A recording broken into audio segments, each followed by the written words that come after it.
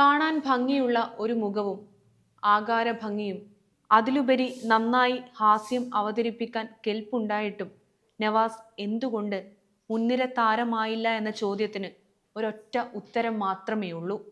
എല്ലാം വെട്ടിപ്പിടിക്കാൻ വെമ്പൽ കൊള്ളുന്ന ഒരു മനസ്സിന്, സ്വാർത്ഥ മനസ്സിന് ഉടമയായിരുന്നില്ല കലാഭവൻ നവാസ്. സിനിമയ്ക്ക് പിന്നിലെ അടിയൊഴുക്കുകളിലും ആസൂത്രണങ്ങളിലും അദ്ദേഹം ഒരിക്കലും വിശ്വസിച്ചിരുന്നില്ല. തന്നെ തേടി വരുന്ന റോളുകൾ ഗംഭീരമായി അവതരിപ്പിക്കുക എന്ന ഒരു ഉദ്ദേശം മാത്രമേ നവാസിന് ഉണ്ടായിരുന്നുള്ളൂ.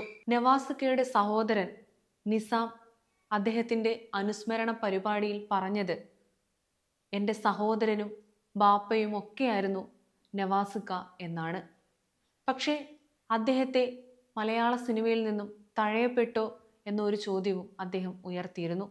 ചില സിനിമകളിലൊക്കെ ഉപനായക വേഷമുണ്ടെന്നും പറഞ്ഞ് നവാസിനെ വിളിക്കാറുണ്ടായിരുന്നു. രഹന തന്നെ ഒരു അഭിമുഖത്തിൽ ഇത് പറഞ്ഞിട്ടുണ്ട്. പക്ഷെ പിന്നീടാണ് ഷൂട്ട് തുടങ്ങുമ്പോഴാണ് അറിയുന്നത് ആ വേഷം മറ്റാർക്കോ കൊടുത്തുവെന്ന്.